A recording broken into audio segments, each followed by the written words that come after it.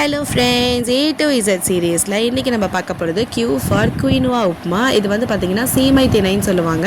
உப்புமா பிடிக்காதவங்க கூட இந்த உப்புமாவை கேட்டு வாங்கி சாப்பிடுவாங்க. அவ்வளோ சூப்பராக இருக்கும்.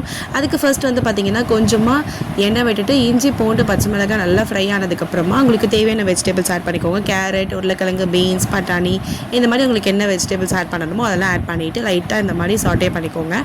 அதுக்கப்புறமா இதில் நம்ம தண்ணி விட்டுக்க போகிறோம். ஸோ நான் வந்து பார்த்திங்கன்னா ஒரு அழாக்கு தான் அந்த திணை எடுத்திருக்கேன். அதுக்கு 2 அழாக்கு தண்ணி விட்டுக்கிட்டேன்.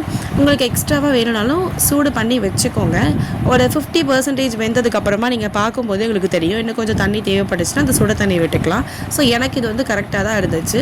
சால்ட் கொஞ்சமாக ஆட் பண்ணிவிட்டு இது நல்லா கொதிச்சதுக்கப்புறம் இந்த வெஜிடபிள்ஸ்லாம் வெந்துடும். அதுக்கப்புறமா இந்த சீமை திணையை வந்து ஒரு 1.5 ஹவர்ஸ்க்கு நான் நல்லா ஊற வச்சு எடுத்துக்கிட்டேன்.